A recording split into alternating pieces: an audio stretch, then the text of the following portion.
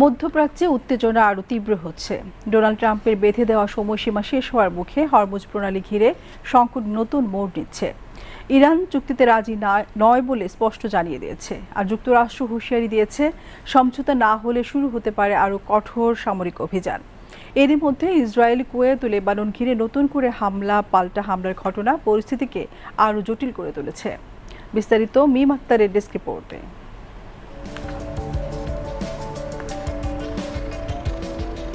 বিশ্বের অন্যতম গুরুত্বপূর্ণ জ্বালানি করিডোর হরমুজ প্রণালী ঘিরে উত্তেজনা চরমে।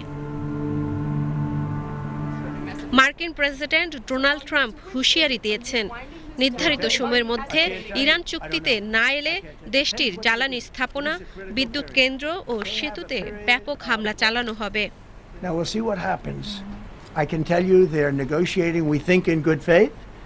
We're going to find out. We're getting the help of some incredible countries that want this to be ended because it affects them also. A lot of people are affected by this, but we're giving them till tomorrow, 8 o'clock Eastern time, and after that, they're going to have no bridges, they're going to have no power plants.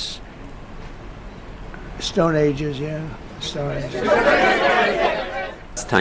তবে Tehran জানিয়েছে তারা কোনো শর্ত সাপেক্ষ চুক্তিতে রাজি নয়। একই সঙ্গে যুদ্ধবিরতির প্রস্তাবও নাকচ করেছে ইরান। দেশটি অবিলম্বে সহিংসতা বন্ধ ও নিষেধাজ্ঞা প্রত্যাহারের আহ্বান জানিয়েছে। رفع کرد در رابطه با ترکیه هم همینطور بود. ترکیه هم ما صراحتاً اعلام کردیم که از طرف ما এদিকে ইসরায়েলের হাইফা শহরে ইরানের ব্যালিস্টিক ক্ষেপণাস্ত্র হামলায় একটি ভবন ধ্বংস হয়ে অন্তত 4 জন নিহত হয়েছে।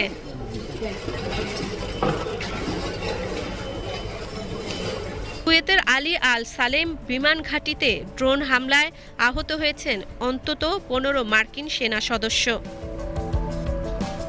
লেবাননের সশস্ত্র গোষ্ঠী হিজবুল্লাহ দাবি করেছে তারা ইসরায়েলের উত্তরাঞ্চলে সেনা ও ট্যাঙ্ক লক্ষ্য করে বড় ধরনের ড্রোন হামলা চালিয়েছে।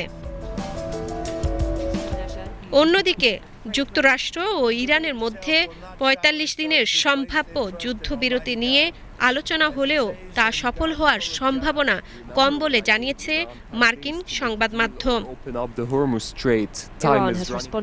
বিশ্লেষকদের আশঙ্কা, এই আলোচনা ব্যর্থ হলে ইরানের বেসামরিক অবকাঠামোতে বড় ধরনের হামলা এবং পাল্টা জবাবে উপসাগরীয় অঞ্চলের জ্বালানি স্থাপনাগুলো ঝুঁকিতে পড়তে পারে।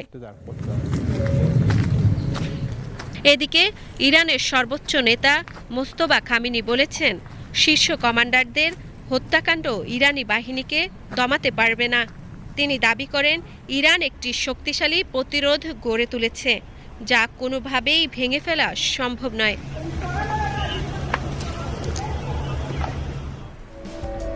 গত ফেব্রুয়ারি থেকে যুক্তরাষ্ট্র ও ইসরায়েলের যৌথ হামলায় ইরানের একাধিক জ্যেষ্ঠ সামরিক ও রাজনৈতিক নেতা নিহত হয়েছেন।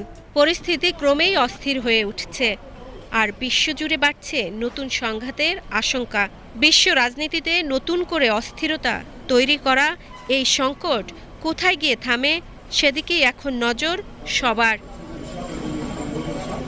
মিম আক্তার, ডেস্ক নিউজ।